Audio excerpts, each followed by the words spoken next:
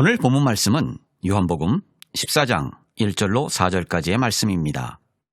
오늘 본문 말씀은 요한복음 14장 1절에서 4절까지의 말씀입니다. 한 목소리로 같이 읽으시겠습니다. 너희는 마음에 근심하지 말라. 하나님을 믿으니 또 나를 믿으라. 내 아버지 집에 거할 곳이 많도다. 그렇지 않으면 너희에게 일렀으리라.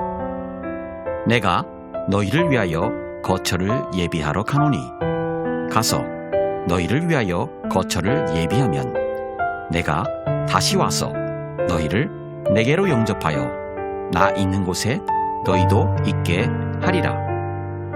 내가 어디로 가는지 그 길을 너희가 아느니라.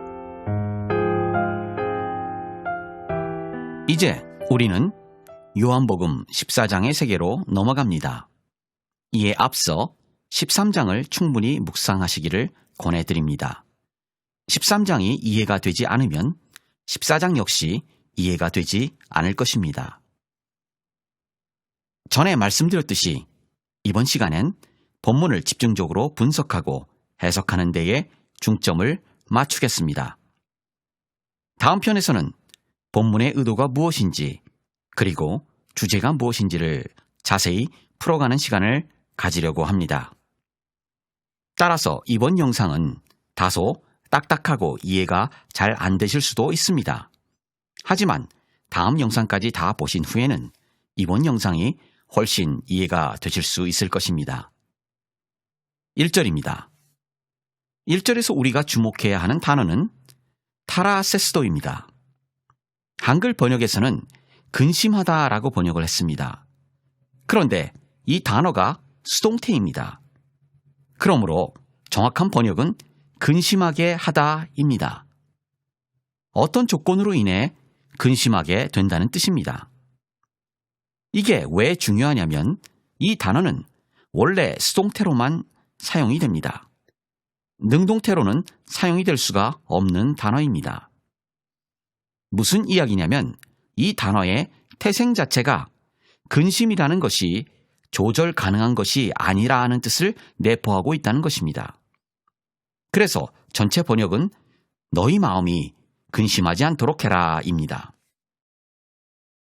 그리고 다음에 어떻게 그것이 가능한지를 이야기해 줍니다. 하나님을 믿고 나를 믿어라. 여기서 하나님을 믿는 것과 나를 믿는 것이 동격으로 해석됩니다. 이것은 우리가 13장에 보았던 선순환과도 연관이 있습니다. 하나님과 예수님을 믿는 믿음이 있어야 마음에 근심이 되는 것을 막을 수 있다는 뜻입니다.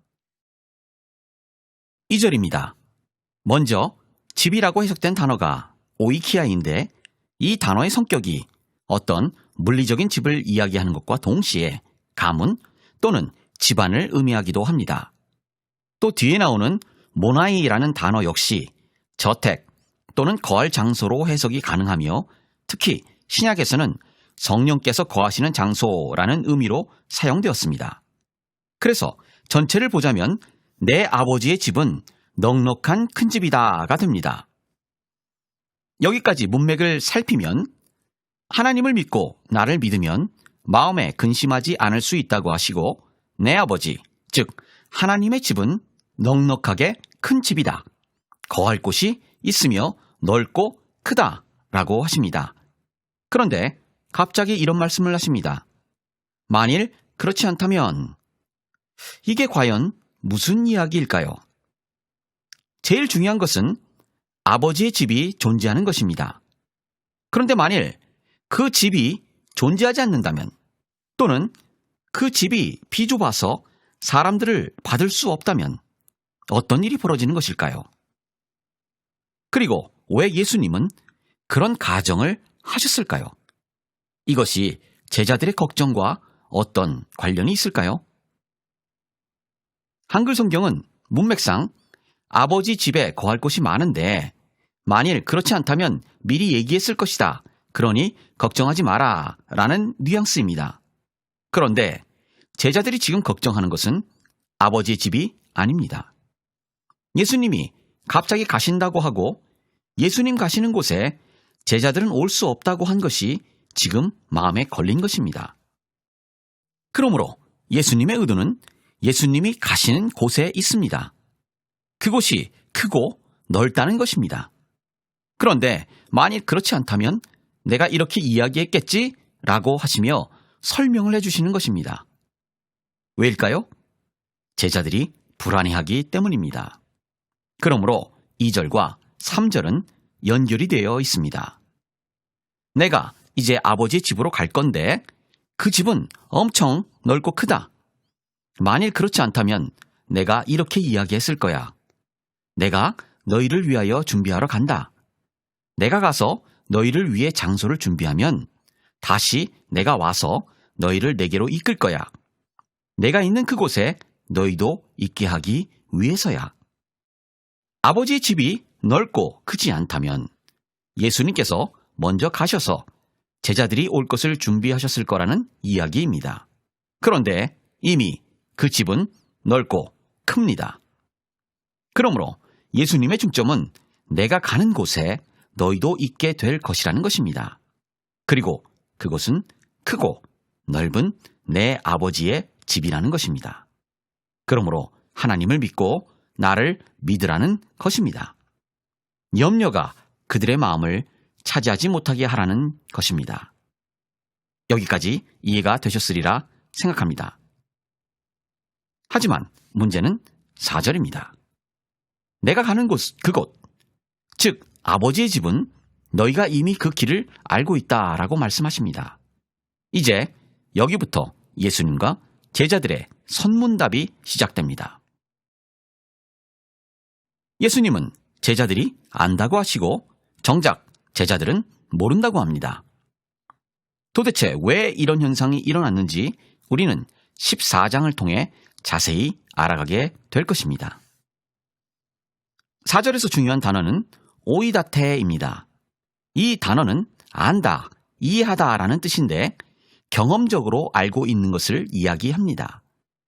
지식적인 동의가 아니라 보고, 듣고, 경험해서 아는 것입니다. 즉, 예수님께서는 제자들에게 이미 너희는 어떻게 그곳을 가는지 경험했다고 말씀하시는 것입니다. 다만 제자들은 어떻게 그것을 경험했는지를 모릅니다. 말씀을 정리하겠습니다. 13장에서 예수님께서는 제자들에게 이제 당신께서 제자들을 육체적으로 떠나야 할 때가 왔음을 알리시고 그들이 겪을 혼란과 고통을 말씀해 주십니다. 하지만 14장에서는 예수님께서 어디로 가시며 그곳은 어떤 곳이고 제자들과 어떤 상관이 있는지를 설명해 주십니다. 왜냐하면 이들에게 근심이 찾아온 것을 보셨기 때문입니다. 예수님께서는 곧 아버지의 집으로 가십니다. 그곳은 크고 넓은 곳입니다. 그리고 예수님은 제자들과 그곳에서 함께 하실 것을 말씀하십니다. 그러므로 그들이 할 일은 하나님과 예수님을 믿는 것입니다. 그렇게 믿으면 그들의 마음 가운데 찾아오는 근심을 막을 수 있습니다. 그리고 이미 그들은 아버지의 집으로 가는 길을 보았고 경험했습니다. 우리의 믿음의 여정에서 때때로 이해되지 않고 해석이 불가능한 일들을 만납니다. 그러면 사람들이 이렇게 이야기합니다. 믿으라고. 무조건 믿으면 된다고 말입니다. 그런데 무엇을 믿어야 할지 모릅니다.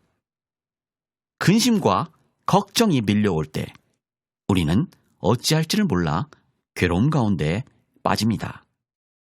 요한복음 14장은 이러한 분들에게 길잡이가 되어줄 것입니다. 현실적이고 구체적인 답을 성령님을 통해 말씀해 주실 것입니다. 그러한 기대와 소망을 품으시는 시간 되시기를 축복합니다.